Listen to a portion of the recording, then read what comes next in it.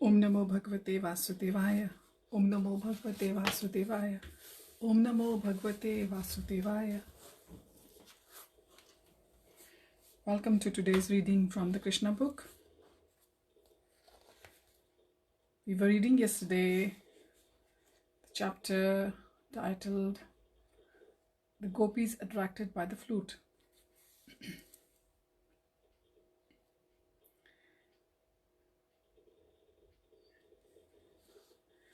And how it was described that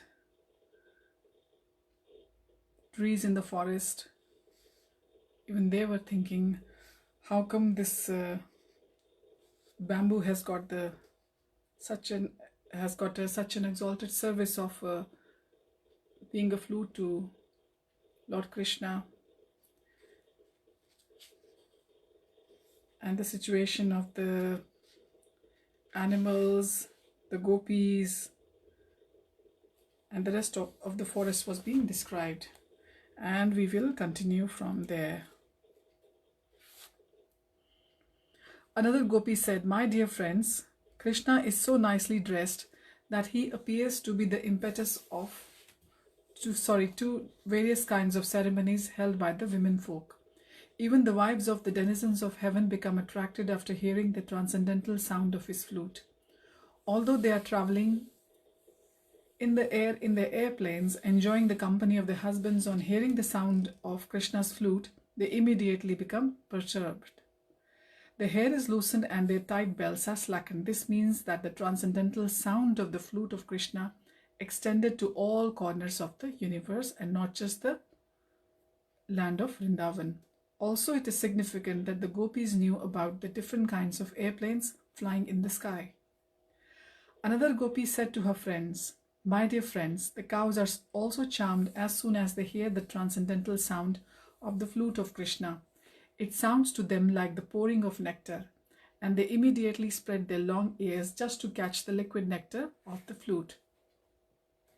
As for the calves, they are seen with the nipples of their mothers pressed in their mouths, but they cannot suck the milk. They remain struck with the devotion, and tears glide down from their eyes, illustrating vividly how they are embracing Krishna heart to heart. These phenomena indicate that even the cows and calves in Vrindavan knew how to cry for Krishna and embrace him heart to heart.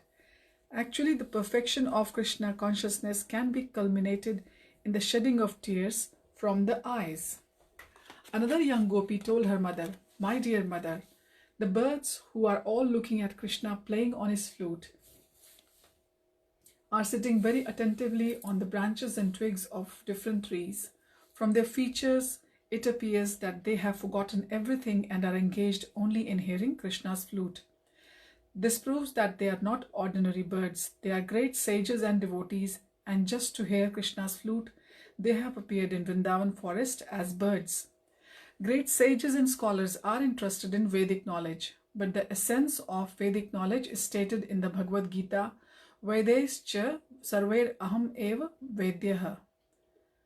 Through the knowledge of the Vedas, Krishna has to be understood. From the behavior of these birds, it appeared that they were great scholars in Vedic knowledge, and they took to Krishna transcendental vibration and rejected all branches of the Vedic knowledge. Even the river Yamuna, being desirous of embracing the lotus feet of Krishna, after hearing the transcendental vibration of his flute, broke her fierce waves to flow very nicely with lotus flowers in her hands, just to present flowers to Mukunda with deep feeling.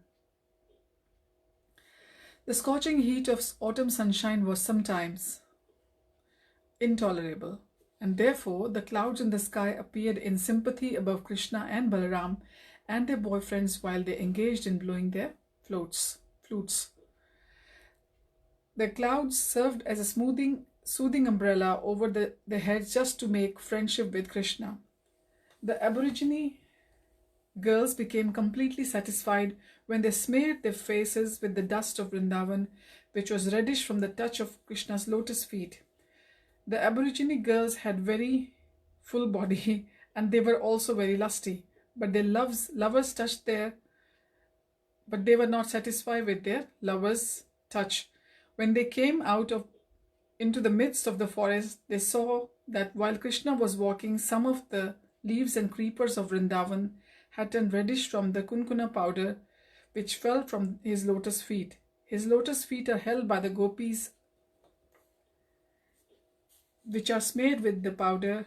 But when Krishna travels in the Vrindavan forest with Balram and his boyfriends, the reddish powder falls on the ground of the Vrindavan forest.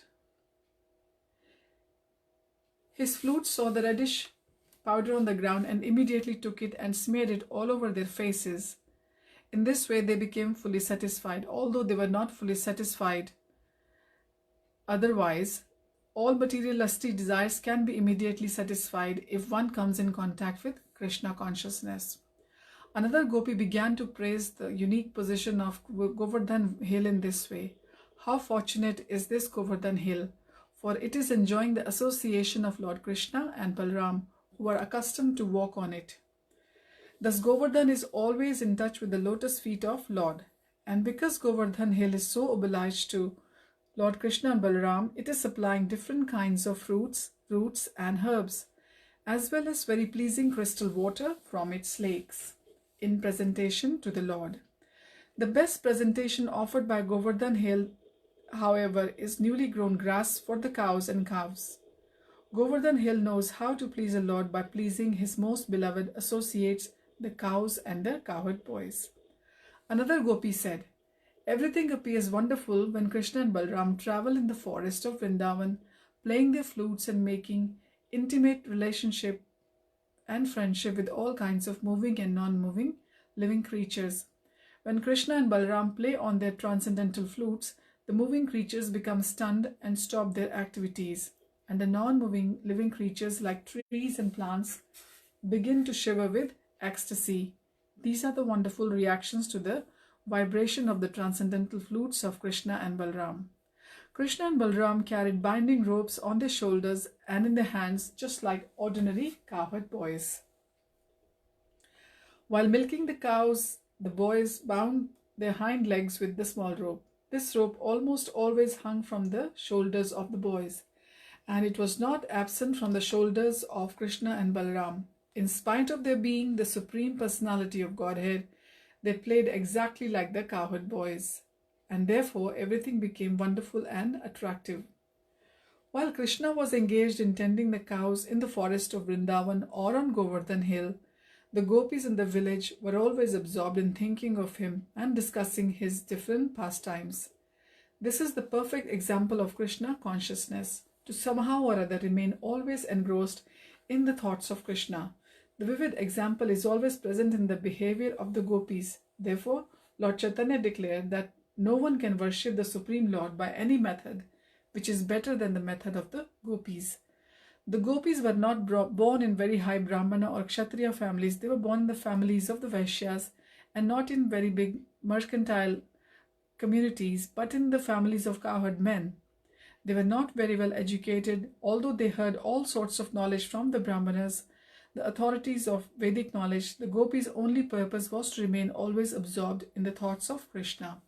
Thus ends the Bhaktivedanta purport of the 21st chapter of Krishna, the gopis attracted by the flute. Chapter 22, Stealing the Garments of the Unmarried Gopis. According to Vedic civilization, unmarried girls from 10 to 14 years of age are supposed to worship either Lord Shiva or Goddess Durga in order to get a nice husband.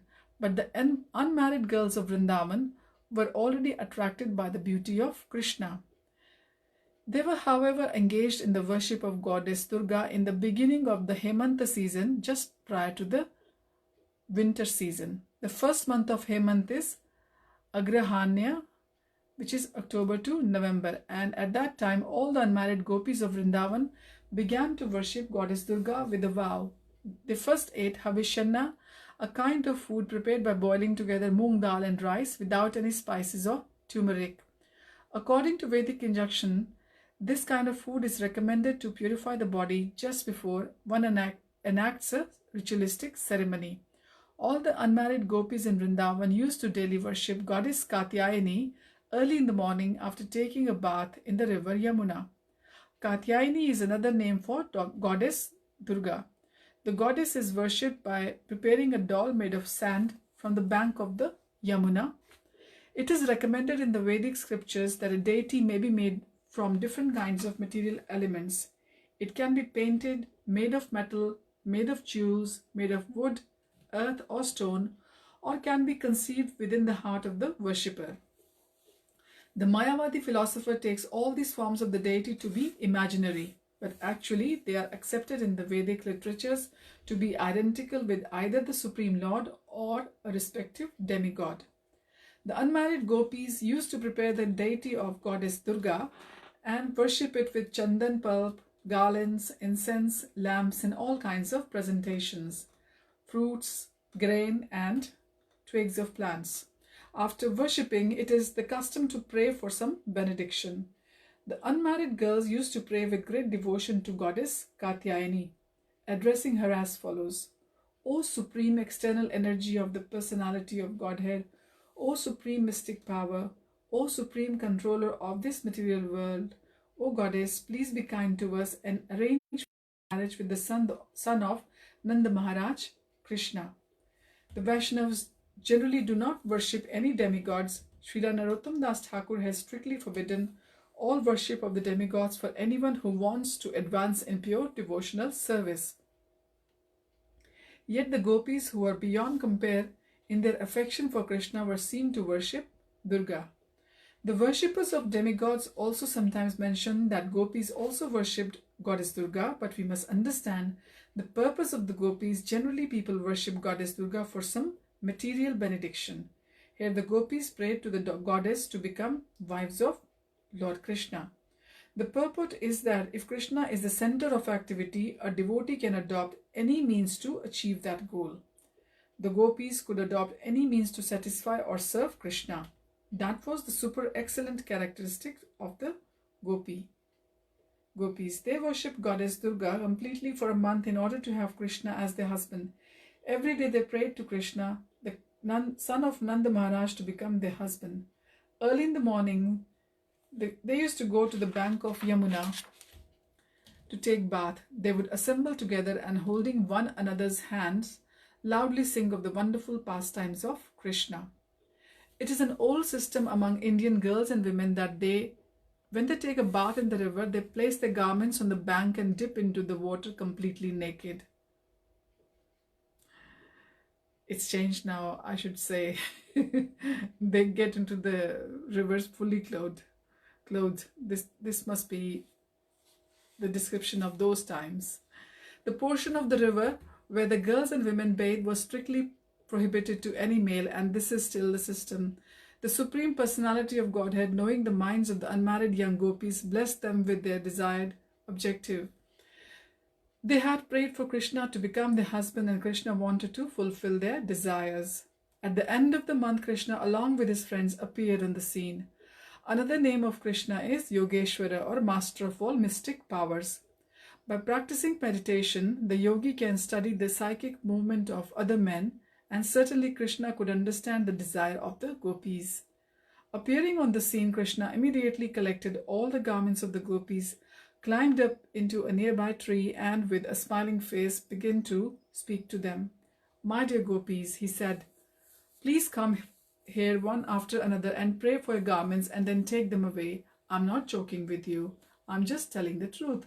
I have no desire to play any joke with you, for you are tired from observing the regulative principles for 1 month by worshipping goddess Katyayani. Please do not come here all at once. Come alone. I want to see each of you in your complete beauty, for you all have thin waists. I have requested you to come alone. Please comply. When the girls in the water heard such joking words from Krishna, they began to look at one another and smile. They were very joyous to hear such a request from Krishna because they were already in love with him.